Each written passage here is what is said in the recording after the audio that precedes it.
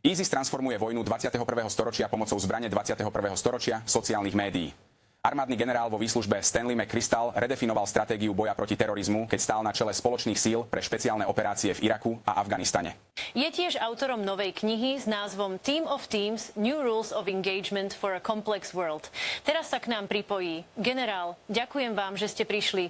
Je mi potešením. Chcem prejsť priamo k názvu vašej knihy Team of Teams. Na čo to odkazuje? Vyrastal som vo svete, kde boli kľúčové malé tímy. Vzali ste skvelých vojakov, námorníkov, letcov a mariňákov a vytvorili ste z nich súdržné, veľmi efektívne malé tímy. Ale keď sme sa v roku 2003 a 2004 dostali do Iraku a napriek týmto skvelým tímom sme začali prehrávať vojnu, zistili sme, že to nestačí. Že keď sa úsilie rozšírilo, nemohli ste vziať oddelenú diskrétnu prácu dobrých tímov a byť efektívni, ak ste ich nespojili do tímov, čo je vlastne súvislá sieť organizácií. A je to ťažké, pretože na to narazí každá organizácia, keď sa snaží rozšíriť. Zistí, že to musí byť oveľa organickejšie.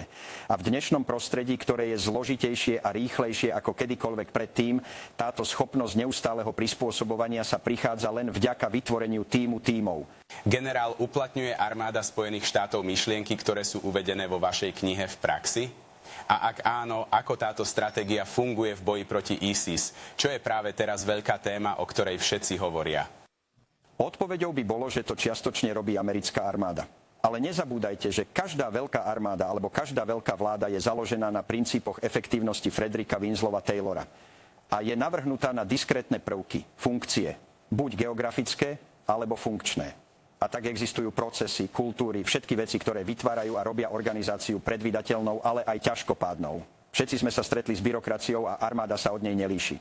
Problém je, že keď bojujeme proti niekomu, ako je ISIS, myslíme si, že niekde vojnovú miestnosť, v ktorej ako bábky ovládajú všetky pohyby ISIS po celom svete. To je absolútne nesprávne. Ide oveľa viac o franšízovú myšlienku, v rámci ktorej vydávajú veľmi všeobecné pokyny a potom sa realizácia uskutočňuje na veľmi nízkych úrovniach s využitím iniciatívy.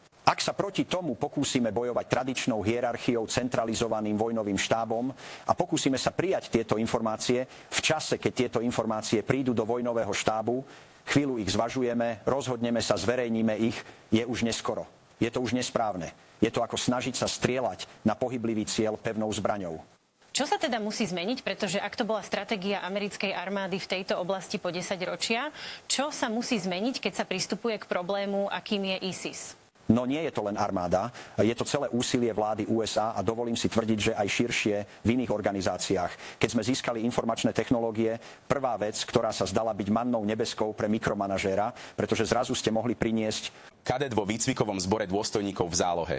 Toto je zo Sun Tzu. A citát, ktorý som vybral, ak má prevahu, teraz hovorím o nepriateľovi, ak má prevahu v sile, vyhnite sa mu. Ak je váš protivník temperamentný, snažte sa ho podráždiť. Predstierajte, že je slabý, aby sa mohol stať arogantným. Zaútočte na neho tam, kde je nepripravený. Objavte sa tam, kde vás neočakávajú. Dnes hovoríme o ťažkostiach, zložitostiach vojny. Chápeme to. Ale tieto taktiky, ktoré veľmi účinne používal Ho Chi Minh počas vietnamskej vojny, mi znejú. Je to ISIS však? No je to dokonca lepšie za to, čo urobil Usama bin Laden. Stratégiou Usamu bin Ladena bolo tvrdo zasiahnuť Spojené štáty, veľkého satana a prinútiť nás k prehnanej reakcii. A potom povedal, že keď to preženieme, stanú sa dve veci. Podráždili by sme a frustrovali celý moslimský svet a urobili by sme si z nich nepriateľov a sami by sme skrachovali. A keď sa pozriete na to, čo sa stalo, tak sa to stalo. Veľmi rýchlo sme to prehnali. V tomto procese sme si vytvorili veľa zlej vôle.